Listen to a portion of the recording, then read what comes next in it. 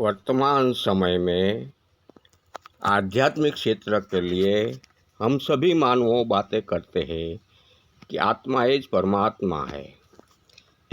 ऐसी सभी बातें हो रही है समाज में, लेकिन आत्मा है एज परमात्मा है तो हर मानवों के बीच में झगड़ा, राग, देश, अहंकार ये सभी क्यों होता है? आत्मा एज परमात्मा है तो वो सामने वाला भी परमात्मा है, मैं भी परमात्मा हूँ, तो ये तो ऐसा ही झगड़ा होना ही नहीं चाहिए न। फिर भी ऐसा वर्ताव हो रहा है, ये भी एक बहुत बड़ा सवाल है।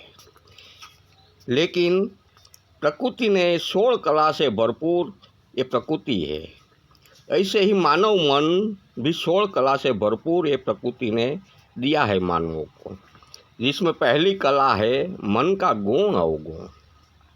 जब तक मानव जीवन में उनका मन सुषुप्त अवस्था में, अज्ञानी अवस्था में मानव खुद का जीवन जी रहे हैं, तब तक उनके अंदर, उनके मन में झगड़ा, राग, देश, ईर्ष्या, अहंकार, मोह, माया से भरपूर होता है।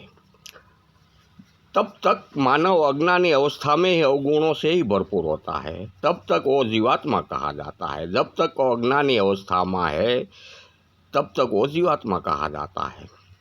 और जब मानव अनुभूति के आधार से ज्ञानी अवस्था में आते हैं तब उनको बोध आ जाता है कि मेरे शरीर में जो अदृश्य रूप में शक्ति काम कर रही है वही अदृश्य शक्ति सामने वाला मानव में है। अगर तो कोई भी जीव जंतु में भी यही अदृश्य शक्ति काम कर रही है। ऐसा बोध उनको हो जाने से उनके मन के अंदर से अवगुणों नष्ट होने लगता है और उनका मन गुणों का अनुसरण करने लगता है। दया, भावना, क्षमा, साक्षी, करुणा, समानता, दृष्टा, ये सभी गुणों ईश्वर में होते हैं। वही गुण मानवों में ज्ञान होने से प्रकट होने लगता है। तब वो मानव जीवात्मा से आत्मा में परिवर्तन होने लगता है। और योग साधन के मार्फत से जब वो आगे बढ़ते हैं तो उनको ये प्रकृति का ज्ञान हो जाता है। तब उनके सामने ये ब्रह्म का रहस्य खुला हो जाता है, ये प्रकृति का रहस्य की वास्तविकता उनके सामने खुली हो जाती है। तब उनको अनुभूति के मार्फत से ज्ञान होता है कि यही परिब्रह्म परमात्मा का ही मैं अंश हूँ। तब वो आत्मा से परमात्मा की गति में परिवर्तन हो जाता है।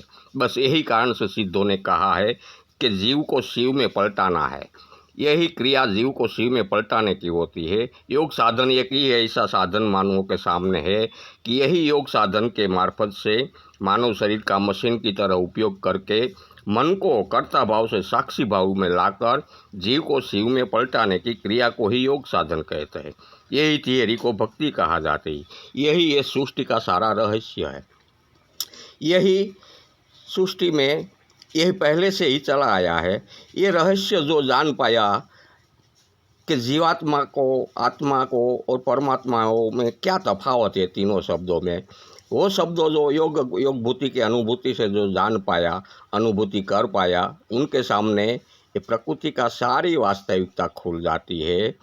सारा प्रकृति का जो रहस्य है वो उनके सामने, उनकी सारी वास्तविकता खुल जाती है। तब वो एक सिद्ध पुरुष की तरफ गति करता है और लोग उनको सिद्ध पुरुष तरीके से मानता है। यही प्रकृति का सबसे बड़ा रहस्य है।